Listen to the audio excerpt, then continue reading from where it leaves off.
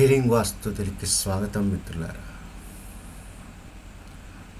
ఈ రోజున మనందరం వాస్తు ప్రకారం ఇల్లు కట్టుకుంటే సంతోషంగా ఉంటాము అని చెప్పి మనం ఆలోచిస్తున్నాం. అసలు ఒక 4 గోడలతో ఒక స్పేస్ని ఎంక్లోజ్ చేసి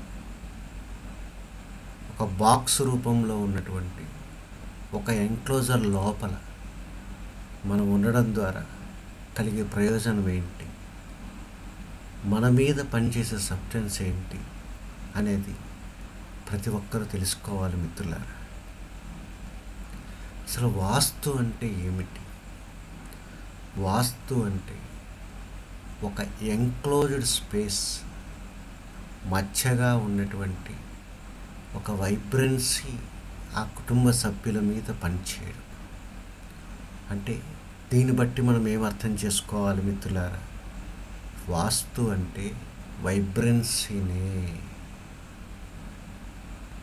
ఈ యొక్క భూమి మీద మనం జీవిస్తున్నప్పుడు మనం చుట్టూ ఉండేటటువంటి ఒక ఫ్రీ స్పేస్ ఏదైతే ఉన్నదో దాన్ని మనం ఒక ఖాళీగా ఉన్నది అని చెప్పి మనం అనుకుంటున్నాం మిత్రులారా. కానీ అదంతా ఒక వైబ్రెన్సీ, ఒక స్పేస్ వైబ్రెన్సీ అనేటటువంటి ఒక మహాసాగరంలో మనం ఉన్నాం. మనం భూమి మీద ఉన్నాం.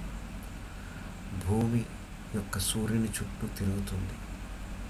ఈ యొక్క సౌర కుటుంబం మొత్తంగా మనం తీసుకునేటప్పుడు అదంతా ఒక స్పేస్ అనేటటువంటి ఒక మహాసాగరంలో మునిగి ఉన్నది, అందులో ఫ్లోట్ అవుతుంది. ఇలాంటి కోటాను కోట్ల సౌర కుటుంబాలు ఒక గెలాక్సీలో ఉన్నది అనుకుంటే కొన్ని మిలియన్స్ ఆఫ్ గెలాక్సీస్తో అద్భుతంగా ఈ యొక్క బ్రహ్మాండం ఏర్పడింది. అంటే మనం అర్థం చేసుకోవాల్సింది ఏంటంటే ఇదొక్క వైబ్రెన్సీ అనే దాంట్లో మనం సంచరిస్తున్నాం. ఇక్కడ మనం ఇల్లు కడుతున్నాము అనుకునేటప్పుడు ఆ యొక్క వైబ్రెన్సీకి మనం ఒక రూపాన్ని ఇస్తున్నాం. అది మనం అర్థం చేసుకోవాలి. మనం ఏదైతే ఒక ఇల్లు కట్టుకుంటున్నామో, ఒక 4 గోడలతో ఈ యొక్క వైబ్రెన్సీని బంధించాము అని చెప్పి మనం అనుకుంటున్నాము. ఆ యొక్క 4 గోడల మధ్యగా ఉన్నటువంటి వైబ్రెన్సీ మన యొక్క ఆత్మ మీద పనిచేస్తుంది. ఆ యొక్క కుటుంబ సభ్యుల యొక్క ఆత్మల మీద పనిచేస్తుంది. అంటే లిటరల్గా దీన్ని బట్టి మనం అర్థం చేసుకోవాలి ఏంటి?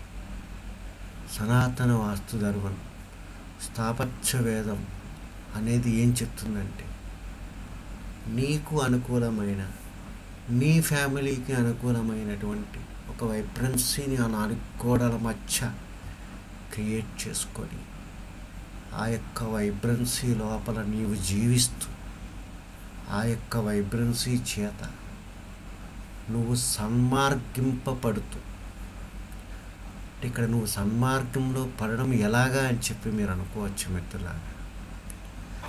మన యొక్క ఆత్మ ఒక సోల్ అనేది తీసుకున్నప్పుడు అది కూడా ఒక ఇండివిజువల్ వైబ్రెన్సీ. దాన్ని స్థాపత్య వేదంలో మయుడు ఎంత గొప్పగా చెప్పాడంటే నీ శరీర వీణ అని చెప్పి చెప్తాడనమాట.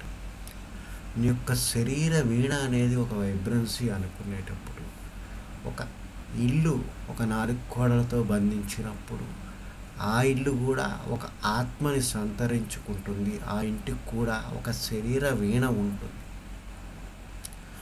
అటువంటి ఇంటి యొక్క శరీర వీణ చేత ఆ ఇంటిలో ఉండేటటువంటి వ్యక్తుల యొక్క శరీర వీణ ఒక ఉన్నతంగా సృజింపబడమే వాస్తుశాస్త్రము.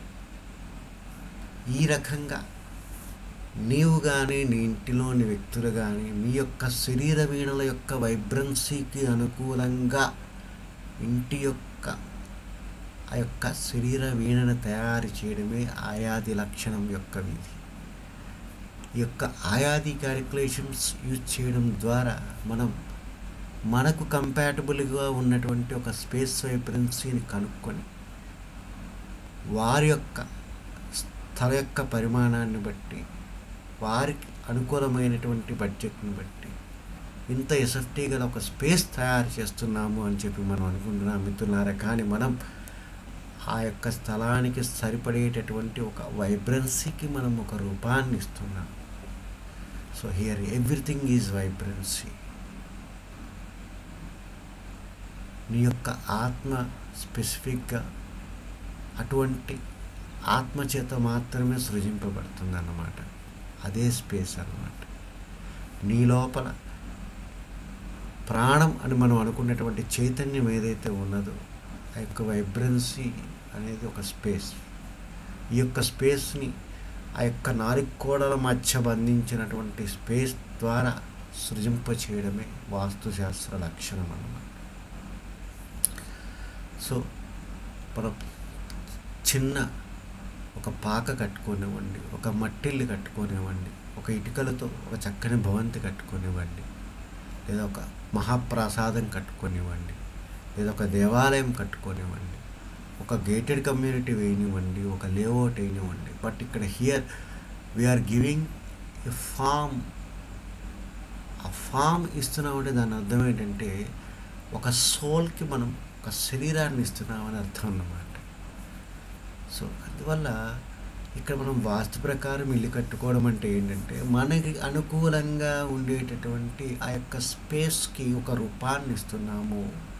ఇంటి యొక్క 4 గోడలు కట్టడం ద్వారా ఒక రూపాన్ని ఇస్తున్నాము. ఆ యొక్క స్పేస్ ద్వారా మనం ఉద్ధరింపబడుతున్నాము. అంటే ఇక్కడ మనం ఏ స్పేస్ ద్వారా ఉద్ధరింపబడుతున్నామో ముందే తెలుసుకొని అటువంటి స్పేస్ని క్రియేట్ చేసుకొని మరలా ఆ స్పేస్లో మనం ఉండడం ద్వారా ఆ స్పేస్ ద్వారా ఉద్ధరింపబడమే వాస్తుశాస్త్ర లక్షణం. ఇది స్థాపత్య వేదంలో చెప్పబడి ఉన్నది. మనం ఈ రోజున బయట చూసేటటువంటి ఈ యొక్క దేవాలయాలు, మహా మాన్యుమెంట్స్, ఇవన్నీ నేను చెప్పిన ఈ యొక్క స్పేస్ వైబ్రెన్సీ ప్రాతిపదికన మాత్రమే నిర్మించబడినవి. మనకు రకరకాలైనటువంటి దేవతలు, అమ్మవార్లు ఉంటారు. అందులో ఒక శివుడు అవనివ్వండి, ఒక విష్ణువు అవనివ్వండి, ఒక శక్తి అవనివ్వండి, ఒక ఆంజనేయ స్వామి అవనివ్వండి, ఒక వినాయకుడు అవనివ్వండి, ఎవరు తీసుకున్న వారు ఒక్కొక్క శక్తి తత్వానికి ప్రతీక, అంటే ఒక స్పేస్ వైబ్రెన్సీకి ప్రతీక. మనము ఎటువంటి స్పేస్ వైబ్రెన్సీ ద్వారా ఉద్ధరింపబడతామో అటువంటి దేవాలయానికి వెళ్ళి ఉద్ధరింపబడాలి. అటువంటి నైపుణ్యాన్ని, అటువంటి సూత్రాలని ఒక గృహవాస్తులో కూడా మనం ప్రవేశపెట్టచ్చు. అందువల్ల ఆలయ వాస్తు వేరు కాదు, ఇంటి వాస్తు వేరు కాదు, రెండూ ఒక్కటి.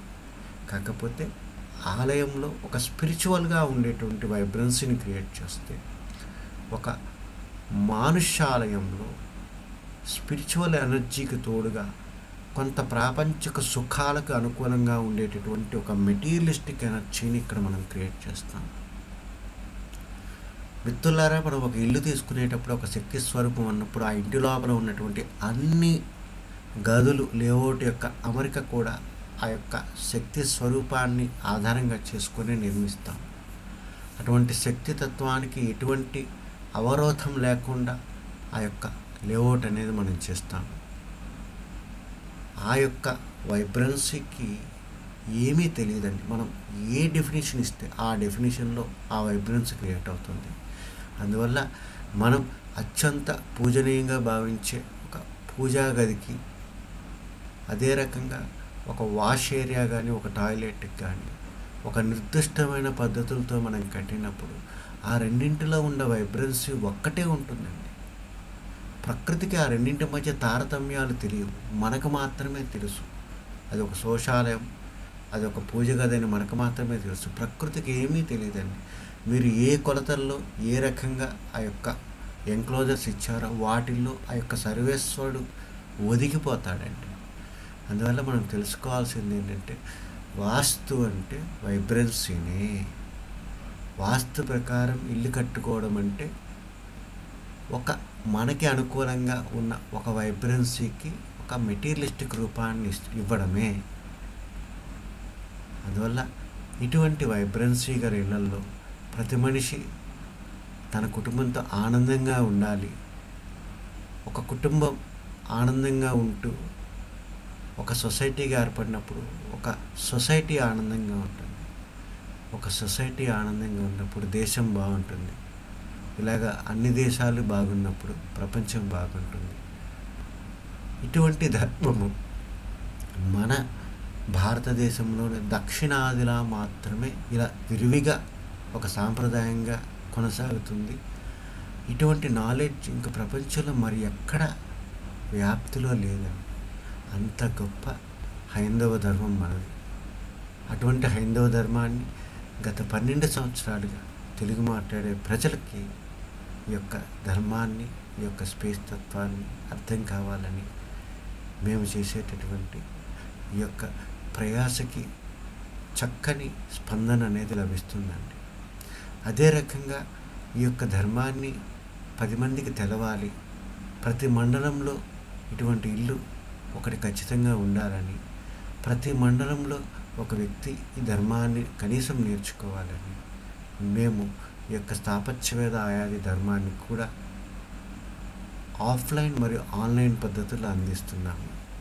అందువల్ల ఈ యొక్క ధర్మాన్ని ఇదొక ఏదో సూపర్ స్టియర్స్ అని కాకుండా ఇదొక సైన్స్ అని, ప్రతి ఒక్కరు మానసికంగా ఆనందంగా ఉండడం మాత్రమే ఆ మనిషి ఆనందంగా ఉంటారు. తద్వారా ఆ ఫ్యామిలీ ఆనందంగా ఉంటుంది. ఇలాంటి ఫ్యామిలీస్ ఆనందంగా ఉంటే సొసైటీ ఆనందంగా ఉంటుంది. ఇవన్నీ మీరు అర్థం చేసుకోవాలని ఆశిస్తూ నేను సెలవు తీసుకుంటున్నాను. Thank you very much.